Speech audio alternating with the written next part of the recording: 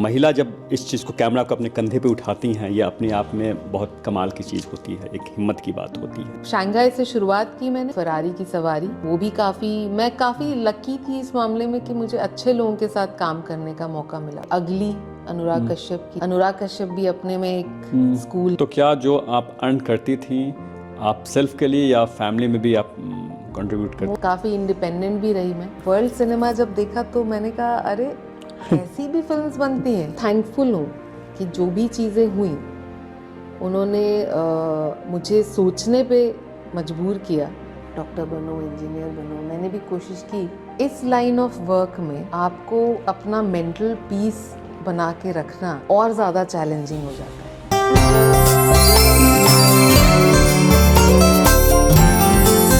तो स्वागत करते हैं हम अपने गेस्ट प्रियंका सिंह का।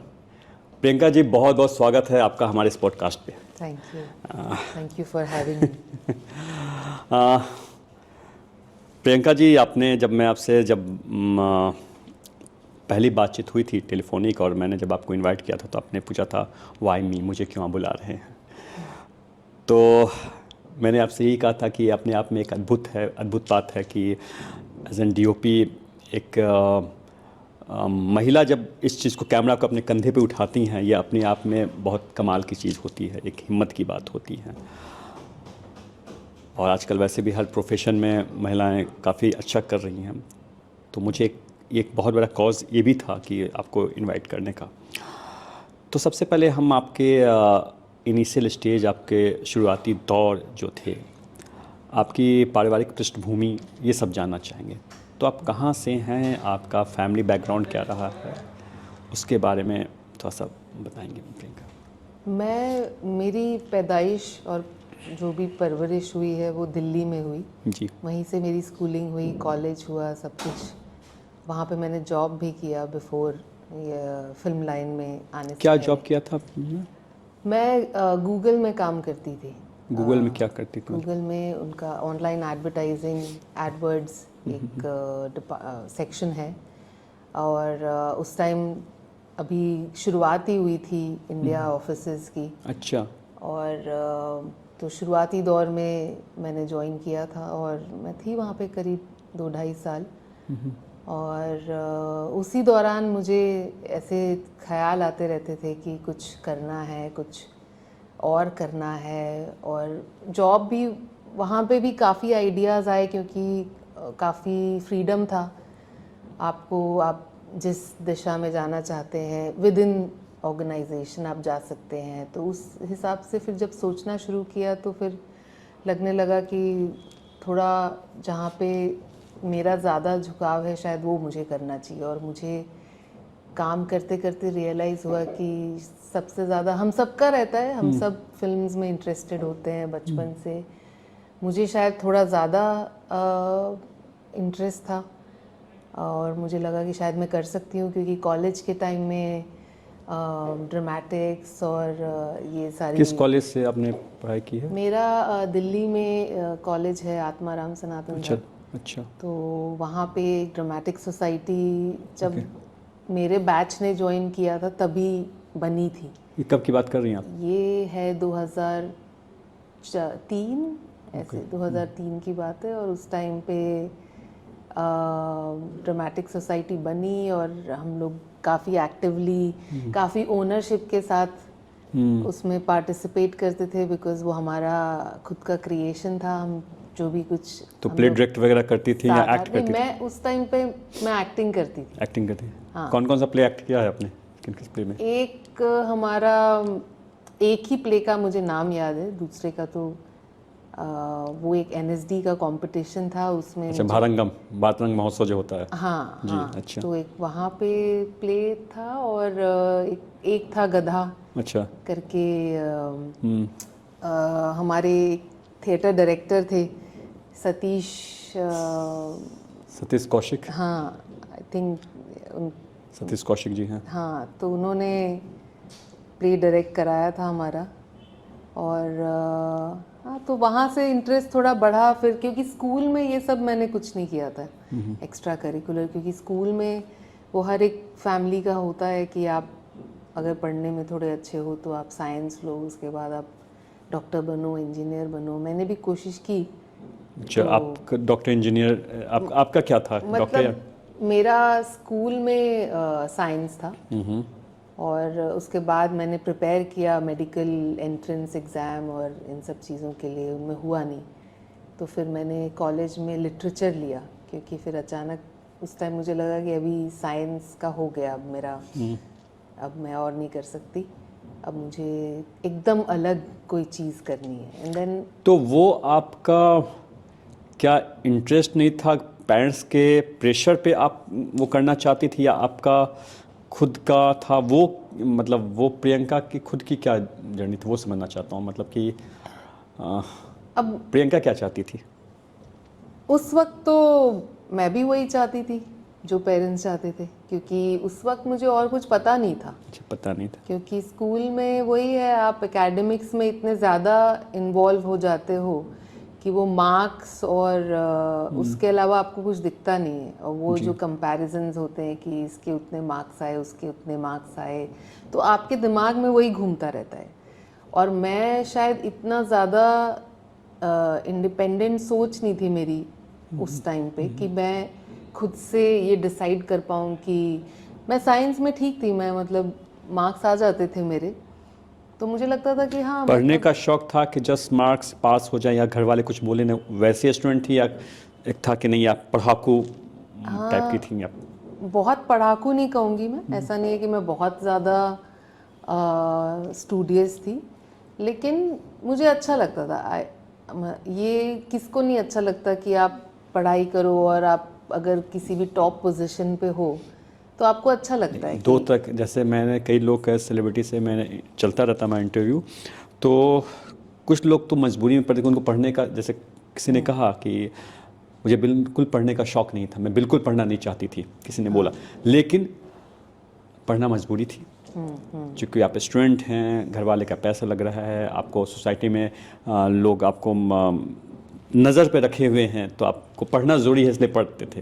ऐसे बहुत सारे लोग होते हैं। एक होता है कि नहीं यार, मुझे कुछ ऐसे भी लोग हैं जिनको पढ़ने का बहुत शौक था, बस पढ़ना था पढ़ना था पढ़ना था, तो ऐसे अलग अलग तरह के लोग होते हैं।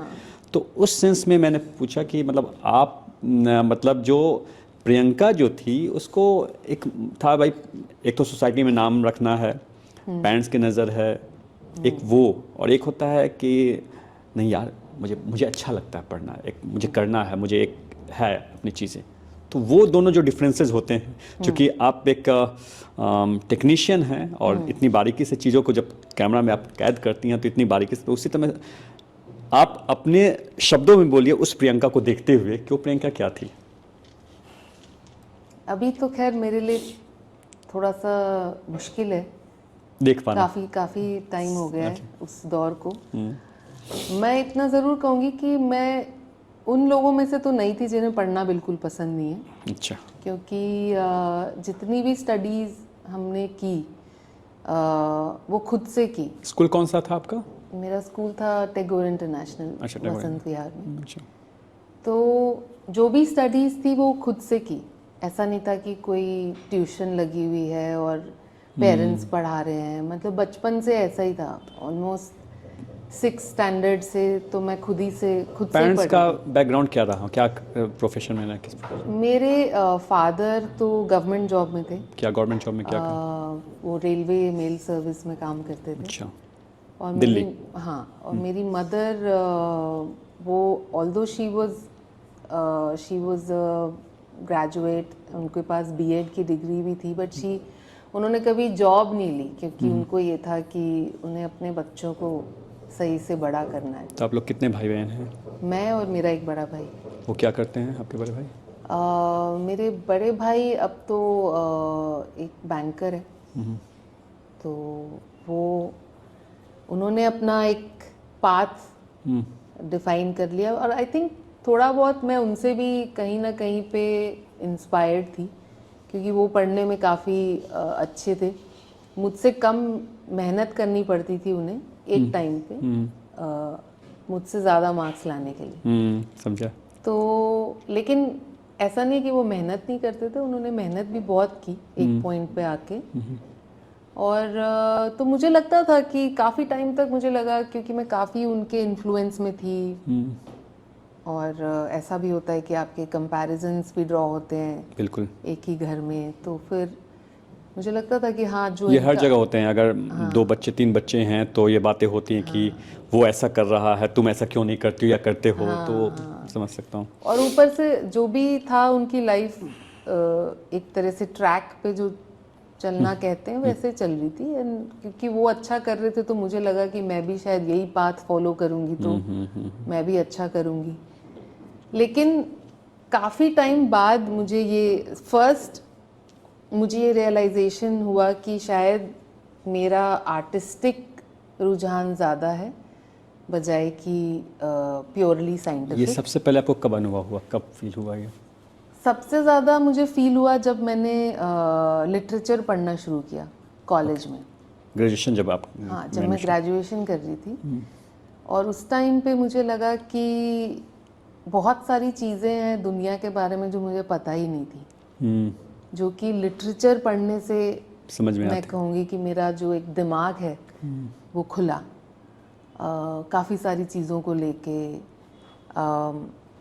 और फिर धीरे धीरे एक इंडिपेंडेंस भी आने लगी। जैसे आप कॉलेज में जाते हो, कुछ ना कुछ पार्ट टाइम जॉब्स मैंने शुरू कर दी, तो जैसे ही आप थोड़े फाइनेंशियली इंडिपेंडेंट होते हो तो आप पेरेंट्स थोड़ा कम इंटरफेयर करने लगते हैं आपकी। एटलीस्ट मेरे केस में ऐसा हुआ। पार्ट टाइम जॉब आप क्या क्या की? बहुत सारी चीज़ें की मैंने ट्रांसक्रिप्शन वर्क होता है, वो मेरा शायद पहला पार्ट टाइम जॉब था।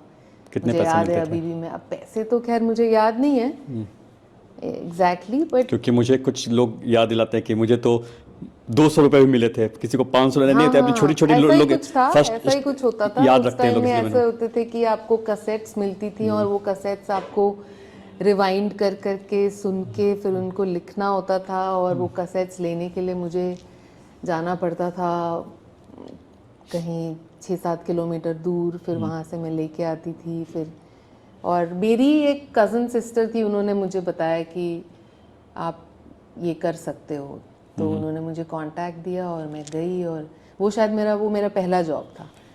तो वहाँ से जब आपको पैसे अर्न करने की आदत लग जाती है तो फिर आप डिपेंडेंट नहीं, एटलीस्ट मेरे केस में हुआ इंडिपेंडेंस कि की जो खुशी होती है ना, कि लोग आपको मतलब अब आप इंडिविजुअल एक तैयार हो रही हैं, तो वो एक खुशी अलग होती है। मैं समझ सकता तो हूँ। फिर वहाँ से फिर मैंने मैकडॉनल्ड्स में भी काम किया था 2 महीना। मुझे लगता था वो बेस्ट जॉब है। उसके बाद बट ये सब वही है, मतलब ये आप जब आपके एक अडल्टहुड से आप गुजर रहे होते हैं तो बहुत सारी चीज़ें ट्राई करते हैं। तो पेरेंट्स ऐसे में ये नहीं कहते थे कि बेटा तुम्हें क्या जरूरत, क्यों ये सब जॉब कर, तुम पढ़ाई पे क्यों नहीं फोकस कर रही हो? ऐसा कभी कुछ उन्होंने नहीं बोला ऐसा कुछ? उस मामले में मैं कहूँगी कि काफ़ी हद तक मेरे पेरेंट्स ने मुझे फ्री रखा कि ठीक। फ्रीडम दिया हुआ था, या मे बी उनको ये भरोसा था कि मैं जो भी करूँगी ठीक ही करूँगी। एंड एक होता है कि एक पॉइंट के बाद कुछ पेरेंट्स का ये भी नज़रिया हो सकता है कि अब इससे ज़्यादा हम नहीं कर सकते, अभी हमें जितना करना था हमने कर दिया, जो कि ठीक भी है। मतलब आप कब तक किसी को, और एक एज के बाद हम लोग थोड़े रिबेलियस भी हो जाते हैं, तो पेरेंट्स भी थक जाते हैं, कितना लड़ेंगे वो। तो एक पॉइंट के बाद फिर उन्होंने तो क्या ऐसी किसी बात पे लड़ाई हुई थी क्या, कि आपका कोई ऐसा चीज़ आपने बोला हो कि मुझे ये करना है और पेरेंट्स ने कहा कि नहीं, या कुछ ऐसा आपको? ऐसे छोटी मोटी चीज़ें तो बहुत होती हैं। मतलब आप जैसे ही टीनेज वाली उम्र में आते हैं आपकी बहुत सारी लड़ाइयाँ शुरू हो जाती हैं, बिकॉज उस टाइम पे आपको समझ में आता है कि अच्छा मैं भी एक इंडिविजुअल हूँ। मैं बहुत सारी हम सबकी होती है। मुझे नहीं लगता कोई भी ऐसा होगा जिसका इक्वालिटी के ऊपर, अगर आपका घर में ऐसा है कि एक भाई और एक बहन है तो अक्सर फैमिलीज़ में ऐसा हो जाता है कि कहीं ना कुछ डिफरेंसेस हो ही जाते हैं, नो रिगार्डलेस कि आपके पेरेंट्स कितने भी इवॉल्व हों। मतलब मोस्टली ज़्यादातर परसेंटेज का यही होता है। तो वहाँ पे भी कुछ चीज़ें आप होती हैं जिसको लेके आप रेबेल करने लगते हो, बहुत सारी चीज़ें होती हैं। तो मेरे केस में मुझे ऐसा लगता है कि एक पॉइंट के बाद मेरे पेरेंट्स को शायद ये ऐसा फील आया या उन्हें लगा होगा कि शायद जहाँ तक है ये ठीक ही है, मतलब शी इसको कैन करने दो जो हैंडल, करना चाहती या है। उनको ये लगता था कि she can handle her self. और हमें ज़्यादा, मुझे तो एक्चुअली, कभी मैं दिल्ली की रहने वाली हूँ और मैं अगर कभी कहीं बाहर जाती थी फ्रेंड्स के साथ या, और समहाउ बहुत मुझे ऐसा हो जाता था कि ग्रुप में मेरे काफ़ी सारे बॉयज़ भी थे, उनके घर से फ़ोन आता था कि कहाँ हो, कितनी देर में आओगे। मेरे घर से कभी फ़ोन नहीं आता था अच्छा, ये पूछने के लिए। ऐसा क्यों? अब ये तो मुझे पता नहीं, लेकिन मैं यही सोच सकती हूँ कि और अगर मैंने पूछा भी अपने पेरेंट्स से तो उनको यही था कि ठीक ही होगा, हम नेगेटिव क्यों सोचें। उनका ऐसा था आउटलुक कि नहीं, तुम मैं जिम्मेदार हो, तुम बाहर हो, तुमने बोला है कि इस टाइम तक आ जाओगे, तो फिर उसके बीच में फिर क्या ही फ़ोन नहीं, करें। इसमें मेरे दिमाग में कुछ और बात चली, क्योंकि जबकि बात आप कर रही हैं, दिल्ली का माहौल हर कोई जानता है पूरे हिंदुस्तान में कि औरतों की सुरक्षा को लेकर कितनी कई चीज़ें रही हैं। तो ऐसे में अगर कोई फ्रेंड्स आपके फ़ोन करते थे, उनका अपना कंसर्न था, उनकी चीज़ उनको ऑब्वियस वो फ़ोन कर रहे तो उनकी उनको कुछ, तो ऐसे में पेरेंट्स का नहीं करना, ये नॉर्मल दूसरे शहर की बात होती तो मैं समझता कि ओके, उसमें उनको कॉन्फिडेंस है कि जो कर रहा होगा बेटा बेटी ठीक कर रहा होगा, ठीक है, बेटी मेरी अच्छा कर रही होगी। लेकिन जैसा आपने कहा कि नहीं करना है, तो ये अलग बात है, बिल्कुल। ये एक लेकिन वो टाइम भी थोड़ा अलग था। जैसे आज के दौर में क्या है कि फ़ोन हर किसी के पास है ना, तो अब हमें आदत पड़ गई है हर वक्त अपडेट लेने की। उस टाइम पे थोड़ा, वैसे थोड़ा कम होता भी था, ऐसा नहीं है कि हाँ, लेकिन ये ज़रूर है कि थोड़ा सा ये उस टाइम में कभी कभी मुझे लगता था कि ये तो काफ़ी रिस्पॉन्सिबिलिटी डाल दी है मेरे ऊपर पेरेंट्स ने। और लेकिन उसकी वजह से मैं कहूँगी कि शायद उस चीज़ की वजह से ही काफ़ी इंडिपेंडेंट भी रही मैं। तो क्या जो आप अर्न करती थी, आप सेल्फ के लिए या फैमिली में भी आप कंट्रीब्यूट करती थी? Mostly self. सेल्फ, अच्छा। सेल्फ आपका अपना होता है। हाँ, मतलब मेरे पेरेंट्स ने कभी कुछ ना तो एक्सपेक्ट, ऐसा कोई इंडिकेशन ही नहीं था उनकी तरफ समझ से, गया, समझ गया। ना कोई डिमांड कभी भी।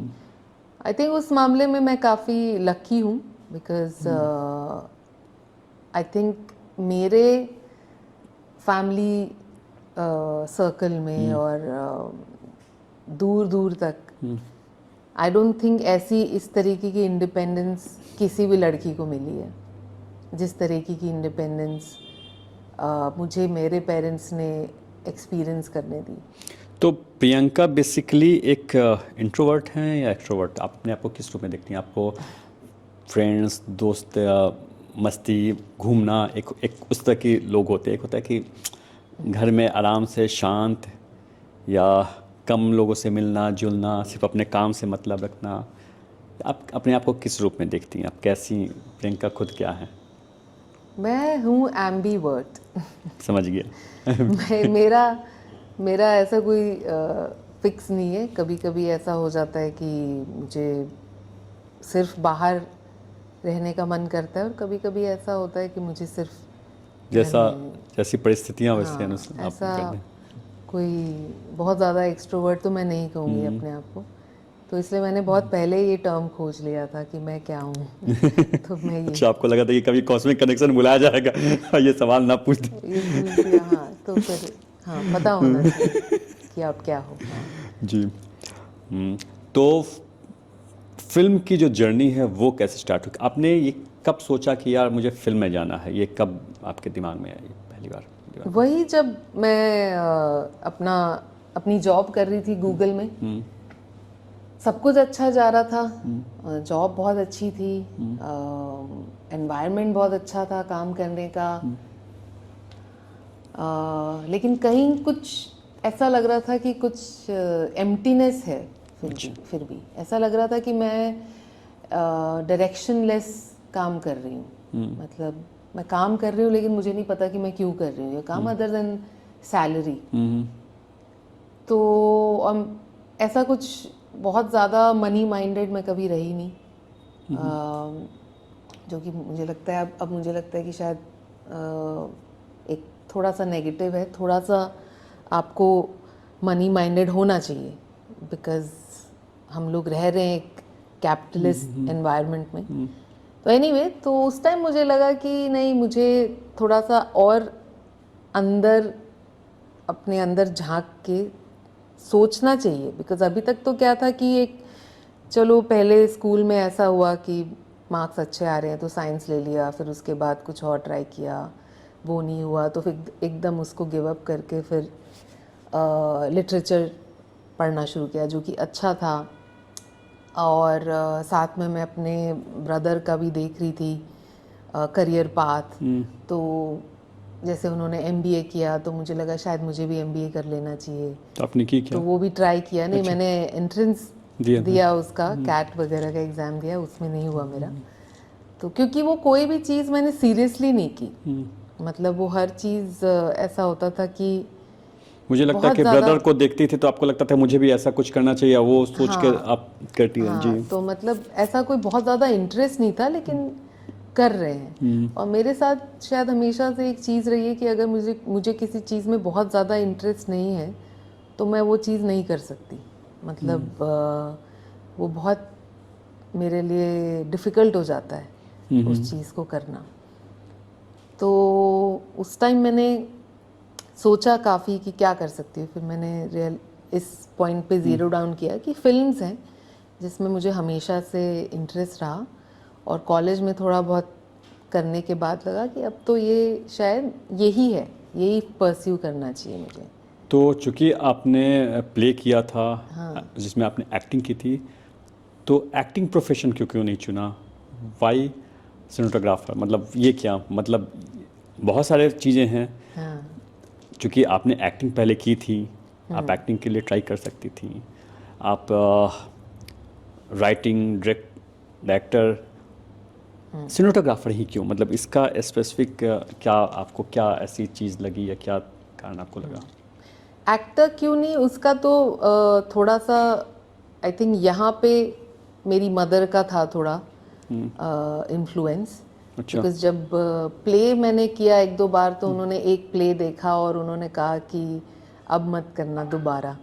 अच्छा, क्या मतलब अच्छी एक्टिंग नहीं की थी ये, या फिर कुछ और रीज़न था? मतलब उनको नहीं अच्छा लगा बेसिकली मेरा परफॉर्म करना। अच्छा, परफॉर्म करना। अच्छा, नहीं, परफॉर्म करना में यहाँ दो बात समझना चाह रहा हूँ। एक तो होता है कि आपने जो परफॉर्मेंस किया वो बहुत गंदा उनको लगा, एक तो ये होता है। और एक ये होता है कि जो परफॉर्मेंस आप करें स्टेज पे आना उनको अच्छा नहीं लगा। हाँ, स्टेज पे आना उनको अच्छा नहीं लगा। तो ओके, मेरी मदर को अच्छा नहीं लगा। और दूसरा, मेरा भी ऐसा नहीं था कि एक होता है कि एक्टर्स को लेके आप इतने अवेयर नहीं होते हो एक पॉइंट तक। मैं भी नहीं थी। मतलब आप एक्टर्स को एक अलग लाइट में देखते हो। आप उसको कुछ और कैरेक्टरिस्टिक्स से जोड़ते हो, यू नो, या मतलब आप समझ गया, प्रेजेंटेबिलिटी और ये और वो। और तो उस तरीके का मेरा कोई भी इंक्लिनेशन नहीं था कभी, क्योंकि मैं बहुत ही एक तरह से कैजुअल रहने वालों में से हूँ। मतलब नहीं, इसमें तो आप प्रॉपर जो रहना पड़ता है एक्टर्स को, वो मेरा नहीं था। और मेरा बहुत सारे लोगों की तरह यही सोचना था कि एक्टिंग करनी है तो आपको एक तरीके का होना पड़ेगा। जैसे हमारे टाइम में होता था कि एक्ट्रेसेस मोस्टली मॉडल्स थी, सारे miss Indias and miss worlds and all of that, वो सब चलता है। और वही देख रहे होते थे हम लोग सारे। तो उस हिसाब से, लेकिन टेलीविज़न उस समय आ गया था। हाँ। और दूसरी चीज़ ये भी थी कि मैं एक्ट्रेस की बात कर रहा हूँ, मैं मेन स्ट्रीम की हीरोइन की बात नहीं कर रहा हूँ। हाँ। हीरोइन जब होती है तो उसके लिए जो आप जैसे बहुत सारी एक्ट्रेस वहाँ पे जब दिल्ली में, आप चूँकि थिएटर आपने किया है, तो थिएटर एक्ट्रेसेस जो आई हैं NSD से, श्री राम से, या जितने भी वहाँ पे ड्रामेटिक स्कूल से जो लोग आए हैं, जो फीमेल्स आई हैं, वो टेलीविज़न में, फिल्म्स में एक एक्टर रोल करके बहुत अच्छा किया। मतलब मैं सिर्फ कर रहा हूँ एज एन एक्टर वो चीज़ें, हाँ क्योंकि आपने एक्टिंग की थी, अगर नहीं की होती तो मैं ये बात नहीं पूछता, लेकिन चूंकि आपने एक्टिंग की थी तो वो क्यों दिमाग में नहीं आया। क्योंकि अगर मम्मा ने कहा था तो शायद हो सकता है कि स्टेज एक छोटा प्लेटफॉर्म उनकी नज़र में, उनके पॉइंट में हो सकता है उनको नहीं समझ में आया, लेकिन फिल्म तो अपने आप में एक अलग मीडियम होता है। मैं उस टाइम मैं कहूँगी कि मेरी इतनी ही लिमिटेड सोच थी, जी, मुझे नहीं इतना ज़्यादा, मैंने डीपली बहुत नहीं ज़्यादा सोचा। सोचा भी नहीं था कभी। ऐसा एक होता है ना, जैसे आप सोचते हो एक टाइम पे कि मुझे सिर्फ एक्टर ही बनना है, ठीक है। और मेरे तो सामने एक सक्सेस स्टोरी है ऐसे, क्योंकि राजकुमार राव जो है वो हमारे ही कॉलेज में थे, हमारे ही साथ प्ले भी किया था उन्होंने। कौन सा प्ले किया था? एक था गधा जो प्ले है, वो उसमें वो भी थे। किस किस कॉलेज की बात? अच्छा, उसी कॉलेज का था वो? हाँ। अच्छा। तो और हमने देखा था उनका एक डेडिकेशन और उनका हार्डवर्क, लेकिन मेरे दिमाग में कभी था ही नहीं वो चीज़। अब ऐसा नहीं हो सकता कि मतलब आप एक आध प्ले कर लो और आपको लगने लगे कि आप कुछ हो। आपको उस चीज़ के लिए वो सपने आपको शायद बचपन से लेके चलना होता है। वो सपना मेरा कभी बचपन से था नहीं, और फिर मदर ने भी बोल दिया तो मुझे लगा हाँ क्यों ही, मतलब वैसे भी एक तरीके का एक कॉन्फिडेंस, एक जो पैशन चाहिए होता है वो भी नहीं था। तो फिर जिस चीज़ के लिए एक वो कहते हैं ना कि चूज़ योर बैटल्स, तो लगता था कि जहाँ मेरा खुद का ही मुझे नहीं पता है कि मैं वो करना चाहती हूँ नहीं करना चाहती हूँ, चलो कॉलेज में कर लिया वो अलग बात है, लेकिन तो क्यों उसके लिए आप एक लड़ाई लड़ो घर में।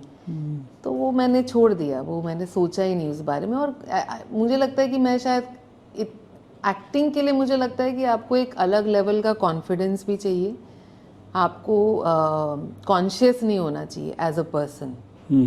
और मैं बहुत ही कॉन्शियस इंसान हूँ, तो मुझे लगता था कि ये तो कभी नहीं होगा मुझसे।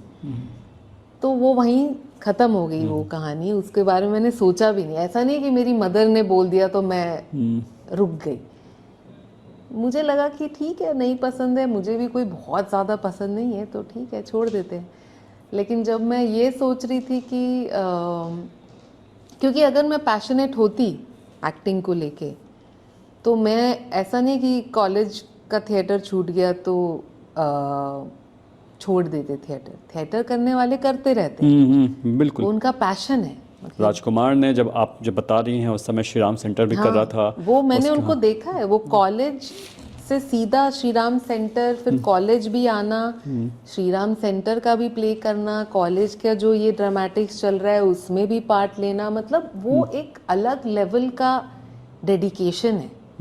मुझे बहुत खुशी हुई थी जब मैंने देखा था, जब उनकी LSD आई या उससे पहले भी, बिकॉज आप किसी का हार्डवर्क देखते हो ना सामने अपने, और फिर उसकी सक्सेस देखते हो, तो आपको एक तरह से एक कॉन्फिडेंस ये भी आता है कि हाँ अगर कोई इंसान, क्योंकि कहने को वो आउटसाइडर है, बिल्कुल, राइट, बिल्कुल। लेकिन आपने क्योंकि अपनी आंखों के सामने वो हार्डवर्क देखा है। और कॉलेज के टाइम में क्या होता था, वो पहले पुरानी DTC की बसेस चल रही हैं, तो बस से आप जा रहे हो SRC, फिर ये सारे अब चक्कर वो तो मेन दिल्ली में भी नहीं रहता था, वो हरियाणा के हाँ। कहीं दूर से तो आता था। लगता है आपको कि अच्छा हार्ड वर्क करो तो सक्सेस मिलती है, ऐसा नहीं है कि आप हार्ड वर्क नहीं करो तो उसके बाद सक्सेस नहीं फिर मिलती। कभी आपकी राजू से कभी बात हुई या नहीं हुई, या कभी मुलाकात वगैरह कभी? मैं जब विस्लिंग वुड्स में थी तो वो एक शॉर्ट फिल्म शूट कर रहे थे, उस टाइम पे बात हुई, लेकिन फिर वही है, सबके अपने अपने अलग रास्ते बन जाते तो हैं। और पहचाना वो, मतलब हाँ कि हाँ डेफिनेटली, मतलब क्यों नहीं। पुरानी बातें। हाँ, और अभी तो कॉलेज से निकले हार्डली 3-4 साल, 4 साल हुए होंगे जब मैं, तो वो तो बहुत रीसेंट बात थी। तो एनीवे कमिंग बैक टू कि मैंने सिनेमेटोग्राफी कैसे सोचा, तो जब मैं जॉब कर रही थी और अपनी, और फिर से मैंने दोबारा सोचा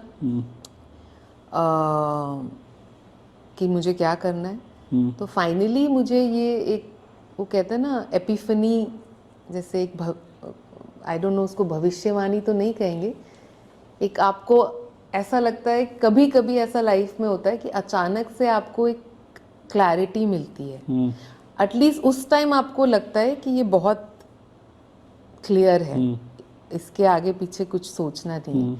ऐसा बहुत कम होता है लाइफ में, लेकिन होता है कभी कभी। तो मुझे ऐसा एक फीलिंग आई उस टाइम कि मैं यही मुझे करना है और सिनेमेटोग्राफी नहीं, मुझे फिल्म्स में जाना है। अभी मैंने इतना सोचा, मुझे फिल्म्स में जाना है। और फिल्म्स में जाना है, एक्टिंग नहीं करनी, इतना कॉन्सेप्ट इतना ही क्लियर था। फिल्म्स में जाना है, एक्टिंग नहीं करनी है। तो अब नेक्स्ट क्या? तो नेक्स्ट मैंने व्हिस्लिंग वुड्स का पैम्फलेट देखा। मुझे फिल्म स्कूल वगैरह का कुछ पता नहीं था।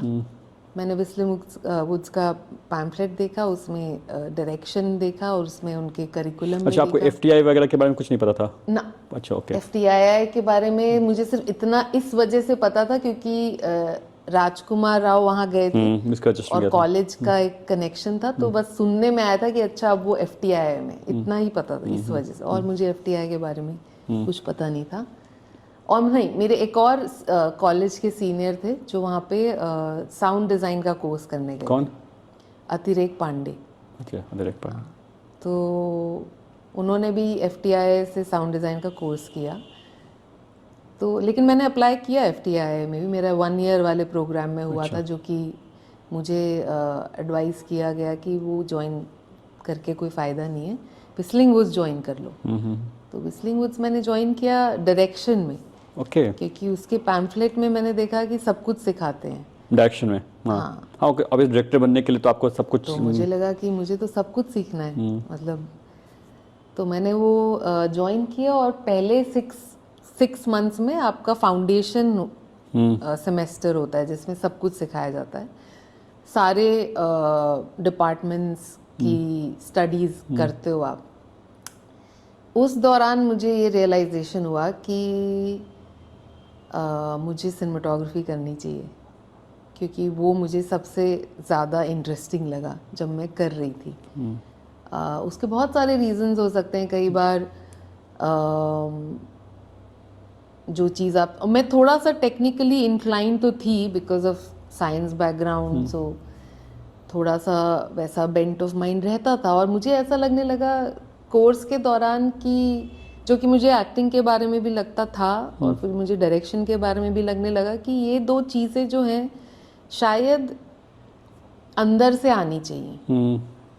टेक्निकलिटी अपनी जगह है, बट अगर आप इन दोनों चीज़ों के लिए एक सोच चाहिए जो कि इनबिल्ट होती है।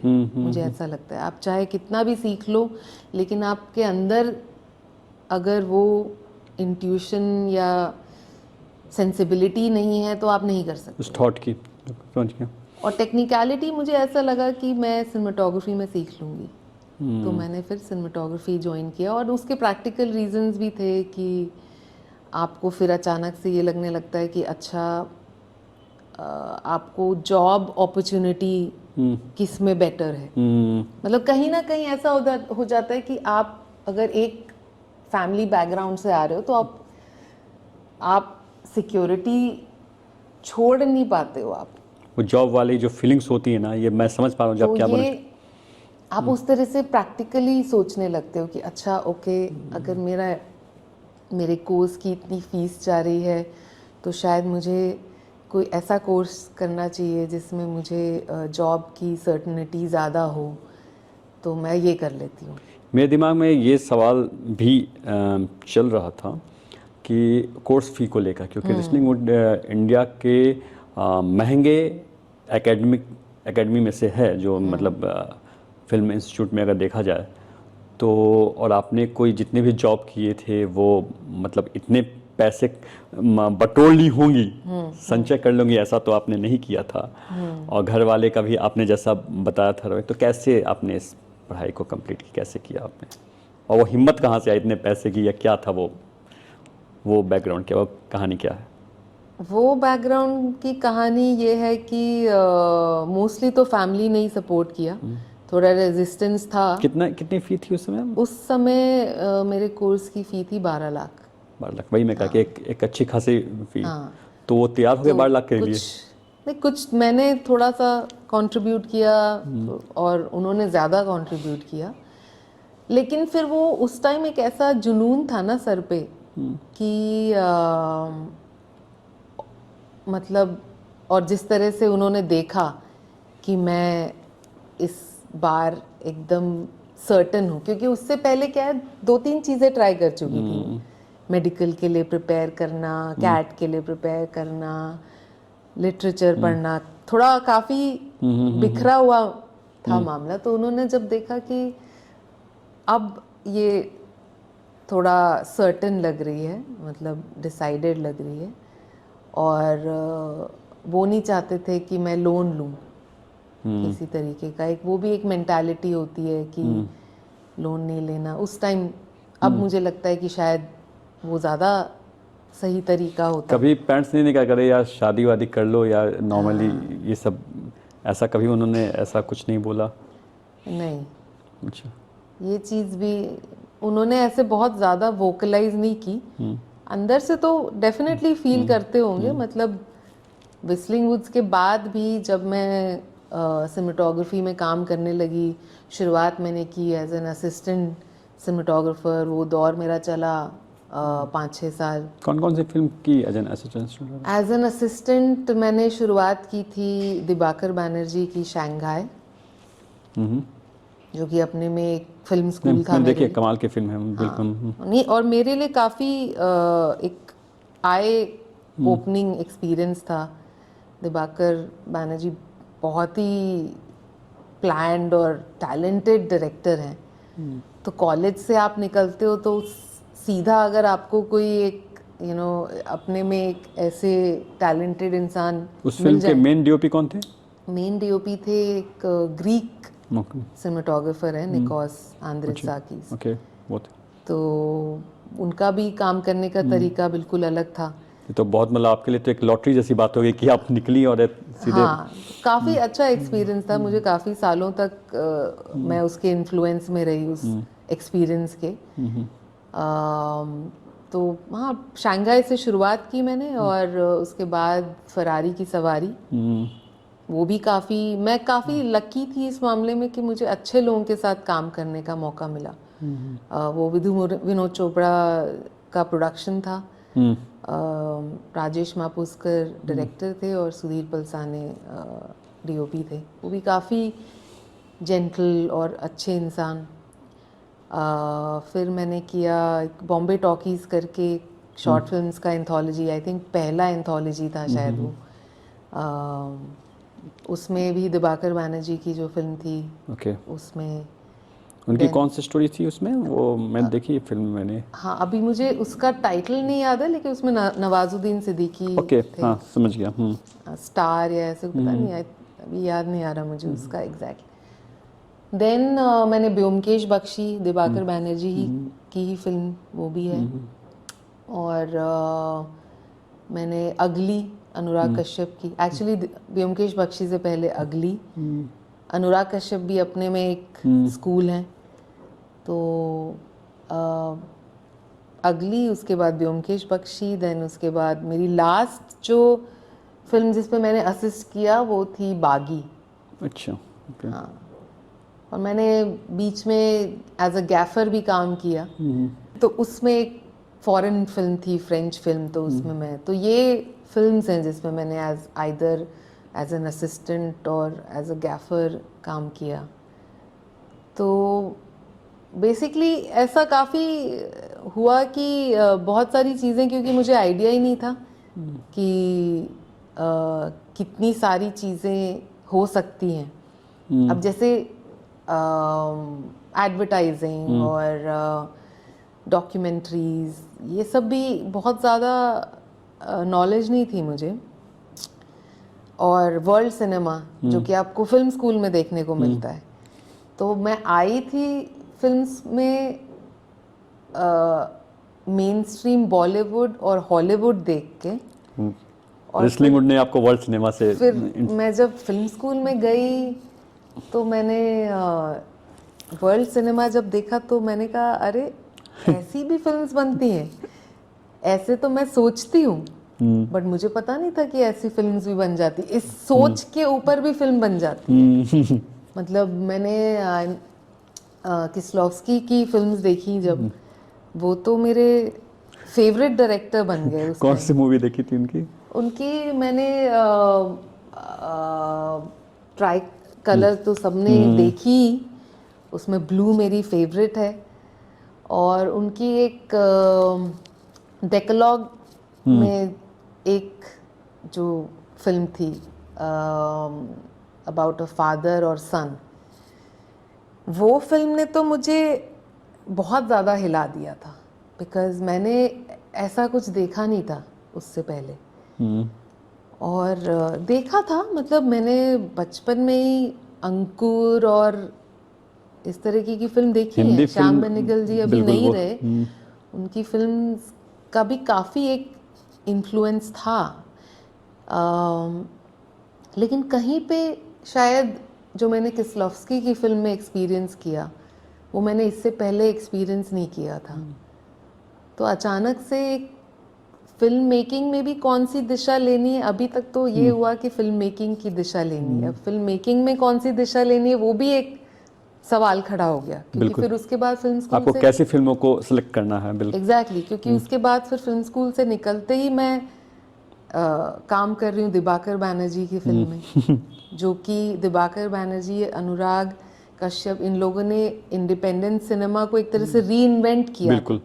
मतलब एक नई लाइफ दी थी और काफ़ी लोगों को फिर से एक उम्मीद दी थी कि बिल्कुल। अच्छा कुछ अलग तरीके की फिल्म्स अलग तरह की फिल्में होती हैं, वैसे टिपिकल एक ही तरह के इस एक तरह से धर्रे बन की बनी। सकती हैं। बिल्कुल।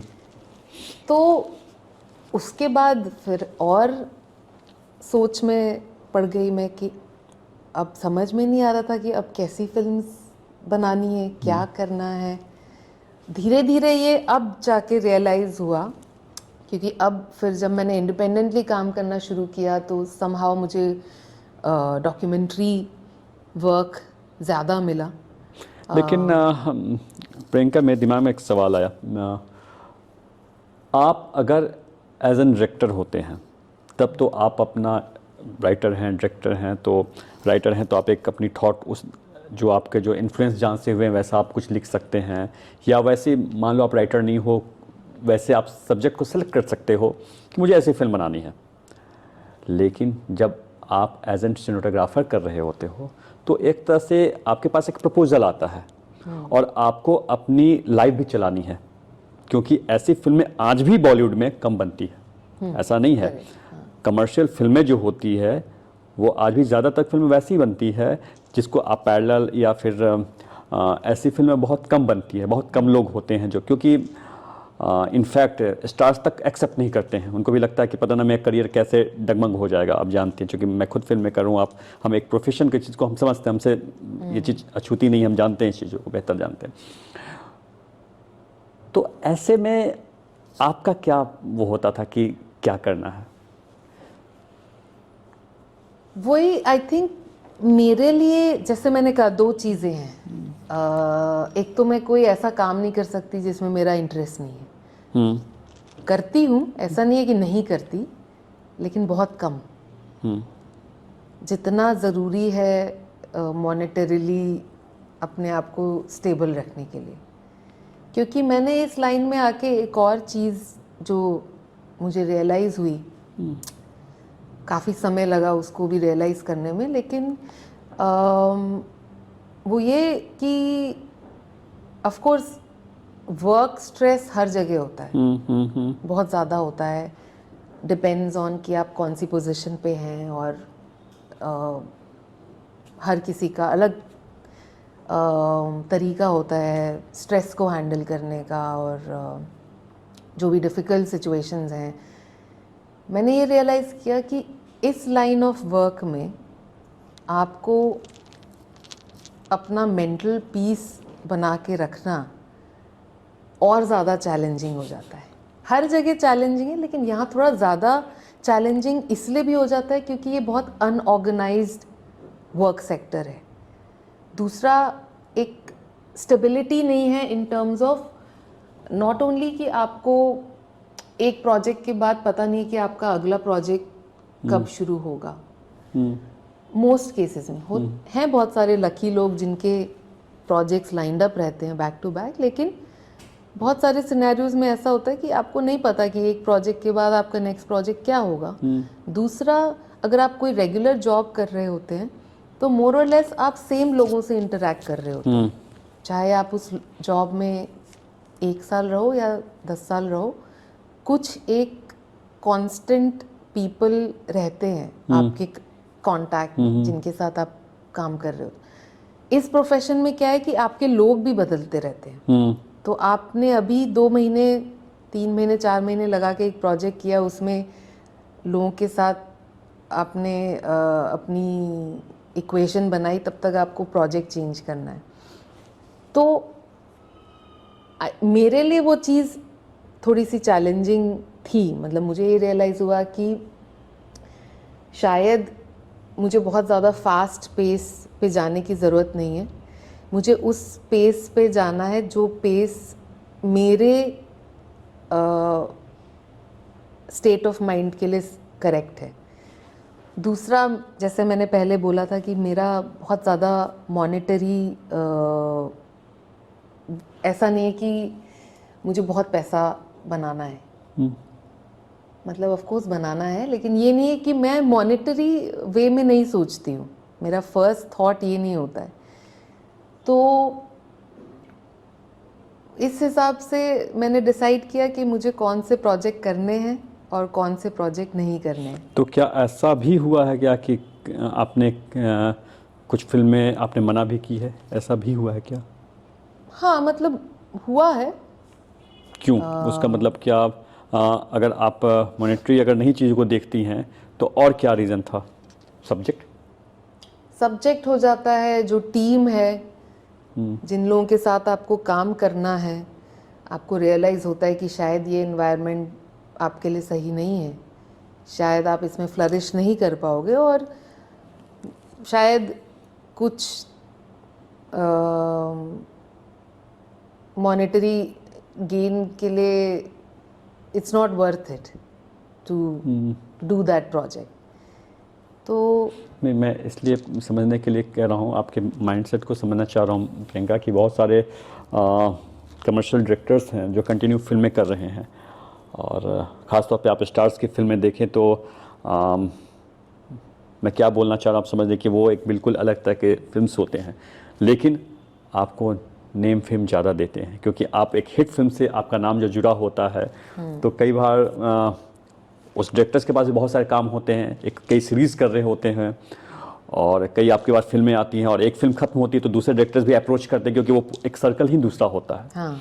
तो आप ऐसी बिल्कुल फिल्मों को उनके तब ध्यान ना देकर, और आप जिस तरह की मतलब कहते हैं मीनिंगफुल सिनेमा की जो आप बात करना चाह रही हैं, मैं समझ रहा हूँ कि आप क्या बोलना चाह रही हैं, तो ऐसे फिल्में कम बनती हैं। तो फिर वो, और वैसे में भी अगर आप मना करने लगी क्योंकि आपकी एक अलग तरह की फिल्में हैं, तो कम लोग अप्रोच कर रहे हैं, और उसमें से भी कुछ लोग गलती से अप्रोच किए भी, और उसमें भी आप लोगों को मना करने लगी, तो कुछ दिन बाद तो ऐसा भी होता है कि आप अगर दिखेंगे नहीं, जैसे आप डॉक्यूमेंट्रीज अगर जैसे आप करती हैं, मैं चूँकि हम सेम प्रोफेशन समझने के लिए मैं बात कर रहा हूँ, मतलब कि क्या वो माइंडसेट क्या चलता है, क्योंकि अगर आप कुछ दिन बाद दिखेंगे नहीं लोगों के बीच में तो लोग भूल भी जाते हैं। यहाँ पे तो अपने को दिखाना, और मतलब कहते हैं ना कि ये दिखाना कि मैं जीवित हूँ भाई, मैं हूँ, ये बहुत ज़रूरी है। ये बात आपकी सही है, लेकिन मैं ये ऐसा नहीं कि ये सवाल दिमाग में नहीं आते हैं, ये सवाल आते हैं दिमाग में, लेकिन मुझे ऐसा लगता है कि कभी कभी मैं इस तरह से सोचती हूँ कि शायद अभी जो मेरा वक्त है, वो जो जब कोई पौधा, जब कोई बीज पनप रहा होता है तो पहले रूट्स स्प्रेड होती हैं उसकी, धीरे धीरे वो पौधा बड़ा होता है। तो आप लर्निंग प्रोसेस के रूप में आप इसको ले रही हैं कि चलो भाई मैं अभी इस स्टेज पे हूँ, इसलिए मैं ऐसा नहीं सोच रही कि मतलब एक पेड़ मुझे एक दिन में बन जाना है, एक बहुत बड़ा छांव देने वाला पेड़ मुझे एक दिन में बन जाना है। मैं इस चीज़ के लिए प्रिपेयर्ड हूँ कि भले मेरा प्रोसेस स्लो है, लेकिन मुझे ये लगता है कि हर इंसान को पहले अपने आप को समझना चाहिए कि वो कौन सी कंडीशंस में बेस्ट परफॉर्म करते हैं। हाँ, इनमें से कोई भी चीज़ जो है आपके लिए एक एक्सक्यूज़ नहीं बन जानी चाहिए। वो एक डेंजरस चीज़ है कि मतलब आपने अपने आप को इतने सारे एक्सक्यूजेस दे दिए हैं, आप इतने सारे प्रॉब्लम्स निकाल ले रहे हो कि आप कुछ कर ही नहीं पा रहे हो। But at the same time मैं उस स्टेट में नहीं हूँ। मुझे पता है कि मुझे कुछ करना है, और मुझे अब मैंने काफ़ी टाइम इन्वेस्ट किया है ये समझने में कि मुझे क्या करना है, और मैंने काफ़ी टाइम इन्वेस्ट किया ये समझने में कि किस तरह से करना है। बहुत सारी गलतियाँ की हैं मैंने, कुछ गलतियों के बारे में बताएंगे? मतलब अब मैं ये भी नहीं कहूँगी कि देखो देखिए, गलतियां तो आदमी करता है, गलती करके ही सीखता है। हाँ, तो मतलब वो अब जैसे आप बहुत सारी चीज़ों को, हो सकता है अभी मुझे वो गलतियां लग रही हैं, लेकिन 4 साल बाद शायद लगेगा कि नहीं वो सही था। जैसे मेरे फादर को लगता है कि मैंने बहुत बड़ी गलती की गूगल की जॉब छोड़ के अच्छा, और फिल्म्स में आके। उन्हें क्यों लगता है? आपने कभी बातचीत की, पापा आप ऐसा मेरे बारे में क्यों सोचते हैं? क्योंकि कौन छोड़ता है गूगल की जॉब और फिल्म्स में आता है, ये एक सोच है। मेरा ड्रीम, मैं गूगल, आज तो कम से कम प्रियंका सिंह एक इंडिपेंडेंट पर्सनालिटी के रूप में जानी जाती है, हिंदुस्तान जानता है। ऐसे तो आप एक जॉब कर रहे थे, लेकिन यहाँ पे तो एक जो, लेकिन कहने का मतलब वही है कि गलतियां जो हैं, कभी कभी कुछ चीज़ें जो किसी और को गलतियां लगे, शायद आपको बाद में रियलाइज हो कि नहीं वो तो गलती थी ही नहीं, वो तो एक चीज़ थी जो कि होनी थी, सो दैट आप अपनी एक्चुअल डायरेक्शन में जा सको। हो सकता है कि वो सारी चीज़ें जो भी हुई, जिनको मैं अभी गलतियां कह रही हूँ,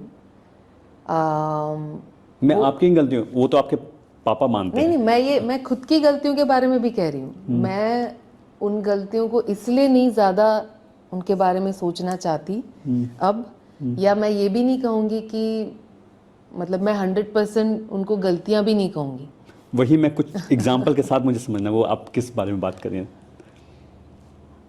सोचना पड़ेगा अभी तो। जैसे हो सकता है वो इस तरीके की गलतियाँ जो कि कोई एक प्रोजेक्ट नहीं किया, ओके।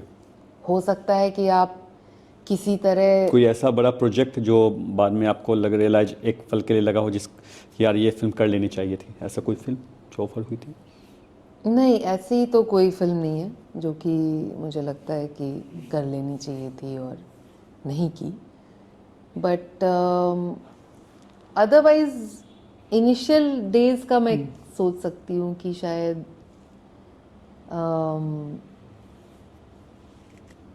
बहुत कुछ थे, एक आध प्रोजेक्ट्स जो मैंने नहीं किए। कौन से प्रोजेक्ट थे? अब तो मुझे खैर नाम भी नहीं याद है उनका कि क्या था वो एग्जैक्टली, बट हाँ मतलब हो सकता है कि अगर शायद कर लिया होता तो कुछ और कर रहे होते अभी कहीं और, एक आध प्रोजेक्ट्स जो कि तो वही तो पूछा कि आप किस फिल्म के बारे में बात कर रहे हैं? फिल्म नहीं थी, मतलब ऐसे कोई कभी बातचीत शुरू होती है किसी प्रोजेक्ट के बारे में और आपको लगता है कि नहीं ये शायद नहीं करना चाहिए, क्योंकि ये आप नहीं कर पाओगे। समझ गए। वो गलतियां तो खैर मुझे इतना वो गलतियां नहीं लगती। मुझे ज़्यादातर गलतियां जो लगती हैं वो अपने एकदम इनिशियल दौर में, जब मैंने शायद शुरुआत की थी, तो उस टाइम पे मुझे लगता है कि बहुत सारी चीज़ें जो एक हैंडल करने का जो तरीका होता है वो शायद अलग हो सकता था। नॉन फिल्मी बैकग्राउंड से आई थी, अभी चीज़ों को समझ, तो ऐसे में तो गलतियाँ होती हैं। तो बहुत आम साधारण सी बात है कि शुरू में होता है, हर किसी से होता है। हाँ, तो वो चीज़ें थोड़ा मुझे लगा कि शायद मतलब किसी भी चीज़ में इतना ज़्यादा पैशनेटली आपको इन्वॉल्व नहीं हो जाना चाहिए कि आप भूल जाएं कि आप इंसानों से डील कर रहे हैं। बिल्कुल सही आपने बोला। आपको कहीं ना कहीं इन चीज़ों को थोड़ा हैंडल करने का तरीका आना चाहिए। आपको आना चाहिए।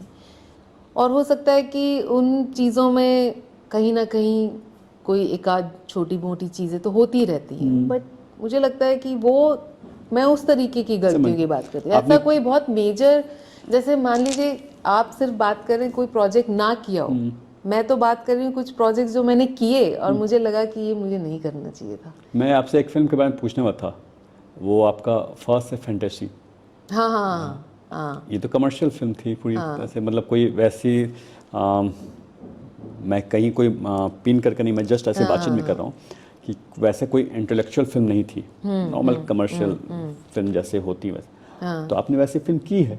हाँ, लेकिन उसका मुझे कोई गम नहीं है। नहीं, गम के लिए नहीं, मैं उस वो क्योंकि वो तो मैंने अभी हाल फिलहाल में ही किया, तो वो मैंने बहुत सोच समझ के, डायरेक्टर जो है वो काफ़ी अच्छी दोस्त है मेरी, तो उनके डायरेक्टर कौन? श्रद्धा पासी, वो आर्या की भी डायरेक्टर हैं। तो उन्होंने मुझे बुलाया आर्या और तो कमाल का सीरीज है वो, और तो उनको मैं ना नहीं कर सकती थी। तो ये चीज़ें मैं कह रही हूँ, जैसे मैं हूँ पैशनेट अपने विजन को लेके, लेकिन एट द सेम टाइम मैं एक ह्यूमन रिलेशनशिप भी कोई कुछ चीज़ है, और जिसके साथ अच्छी दोस्ती हो गई, एक समझ हो गई, तो हम अपने लोग को मना कैसे करेंगे? बिल्कुल। तो मुझे उसका कोई मलाल नहीं है। और बहुत सारी दूसरी चीज़ें हैं जो कि जैसे कहते हैं ना कि आप जब आप कोई प्रोजेक्ट करते हो तो आपको 2-3 चीज़ें दिमाग में रखनी चाहिए। क्या इसमें आपको अच्छे पैसे मिल रहे हैं, क्या क्रिएटिव सेटिस्फैक्शन मिल रहा है, या लोग अच्छे हैं। इन तीनों में से एक चीज़ होनी चाहिए। बिल्कुल। मैंने बहुत सारे प्रोजेक्ट्स ऐसे किए हैं जिनमें ये तीनों चीज़ें नहीं थी, ना अच्छा। पैसे थे, ना क्रिएटिव सेटिस्फैक्शन था, और ना ही लोग अच्छे थे। और वो मैं कहूँगी वो मेरी एक डेस्परेट, जब आप होते हो ना तो आप इस तरीके के कॉल लेते हो, आपको लगता है कि चलो जो आ रहा है वो कर लेते हैं। मैच मेकिंग करके भी कोई आपका एक सीरीज इंडियन मैच में, ये सारे तो आप जो नाम दे रहे हैं ये तो मेरे सेटिस्फाइंग, अच्छा, वो नहीं, वो अच्छे मतलब उनमें मुझे इन तीनों में से एक चीज़ ज़रूर मिली है। तो आप, लेकिन वो प्रोजेक्ट्स जिनमें तीनों चीज़ें नहीं मिली हैं, वो आपके कॉन्फिडेंस पे ऐसी चोट कर देते हैं ना कि आप उससे उठ नहीं पाते हो। ऐसा कोई एक्सपीरियंस बताइए, कोई जिसमें आपको जो सबसे ज़्यादा आपको चोट लगा, यार बुरा अनुभव। मैं नाम तो नहीं लूँगी, नाम लेकिन मत जो लीजिए। मैंने फर्स्ट प्रोजेक्ट किया था एज एन इंडिपेंडेंट सिनेमेटोग्राफर, वो एक सीरीज़ थी। वो मेरा बहुत ख़राब एक्सपीरियंस था, और आई थिंक वो उससे उभरने में मुझे बहुत टाइम लग गया। क्या? और वो ऐसा प्रोजेक्ट था जिसमें ये तीनों चीज़ें नहीं थी, लेकिन मैंने उस टाइम पे सोचा कि अच्छा हो सकता है कि लेकिन पहली शुरुआत तो कई बार आपको कहीं से तो शुरुआत करनी है, क्योंकि आप बहुत ज़्यादा वेट नहीं, लेकिन उसमें क्या होता है ना कि अब मैं जब सोचती हूँ इस बारे में, कोई भी, इसलिए आज मैं इस अंडरस्टैंडिंग पे पहुंची हूँ, इसलिए मैं आज और भी ज़्यादा रिजॉल्व हूँ कि मुझे कोई जल्दी नहीं है, मुझे कोई बस मुझे कोई इस तरीके का काम नहीं करना जो कि मुझे सेटिस्फाई ना करे, और वो कैसे करना है वो मुझे फिगर आउट करना है, लेकिन इस तरीके के डेस्परेट काम नहीं करने मुझे। तो दूसरा कॉन्फिडेंस की भी एक कमी रह जाती है आप में। कॉन्फिडेंस की कमी क्यों प्रियंका, ये समझना चाह रहा हूँ। ठीक है, माना कि कोई प्रोजेक्ट, जैसा आपने 3 चुना, पैसे, जो मैं समझ पा रहा हूँ, आप मुझे करेक्ट करेंगे अगर मैं कुछ गलत बोलूँगा तो, मुझे काम की तलाश है, मुझे अपने को साबित करना है। पहले फिल्म मिली, मुझे किसी ने ऑफ़र किया, मुझे लगा ठीक है, जो पहले ऑब्वियस कस्में वादे होते हैं कि ऐसा दिन ठीक है, और लगता है कि चल भाई आए हैं तो कर लेते हैं। आपने उस ढंग से कर लिया होगा, हो सकता है कि कहानी आपको बहुत अपील नहीं की होगी, लेकिन चल ठीक है, पैसे आ रहे हैं, 10 चीज़ों में शुरू में आदमी सोचता, बाद में आप डिसीजन लेने लगते हैं, पहले आपने ले लिया। कुछ दिन बाद लगता है कि चल आदमी सही नहीं है, फिर लगता है कि चल ठीक है ना, कौन सा उसके साथ ज़िंदगी भर काम करना है, कुछ समय के लिए कर लेते हैं, वो भी कर लेते हैं, दूसरी बात होगी। पैसे की बात आए, जो प्रॉमिस किया गया था, कई बार लोग गड़बड़ कर देते हैं, जो आप मैं समझ सकता हूँ कि क्या होते हैं, फिर लगता है ये यार ये तो गच्चा हो गया, ये तो गड़बड़ हो गया। सही। लेकिन चलो ठीक है, नहीं समझ में आया। लेकिन मुझे लगता है कि ऐसी चीज़ें एक्सपीरियंस होती हैं तो उसके लिए अपने को गिल्ट वाली तो बात ही नहीं होती, उसमें लगता है कि नहीं समझ में आया, क्योंकि गलती जब तक हम करेंगे नहीं तो हम जानेंगे कैसे। आज हमारी और आपकी पहली मुलाकात है, हम बात कर रहे हैं, जब बात कर रहे हैं तो हम समझने की कोशिश कर रहे हैं, हम एक दूसरे को क्या बातें हो रही तो उससे हम समझ पा रहे हैं। जब आप जानेंगे तभी तो आप उसके बारे में अपनी कोई राय बना पाएंगे। तो गलतियां तो होती हैं, तो उसके लिए हम गिल्ट लेके बैठ जाएं तो मुझे वो नहीं सही, इसमें गिल्ट की तो बात मुझे नहीं लगता। तो इसीलिए तो मैंने कहा एग्जैक्टली कि वो जो गलतियां हैं मैं उनके बारे में अब बहुत ज़्यादा सोचना नहीं चाहती, क्योंकि वो जो भी चीज़ें वो एक बैड एक्सपीरियंस के रूप में हम बस वो लेते हैं। आपको एक तरह से एक डायरेक्शन, जो आपकी एक्चुअल डायरेक्शन है उसमें पुश करती हैं। कई बार अक्सर ऐसा होता है। समझ गया। तो मतलब वो तो आपने बल्कि मुझे ऐसा याद करने के लिए कहा तो मैंने उस बारे में बात की, जिक्र किया उसका। अदरवाइज मुझे लगता है कि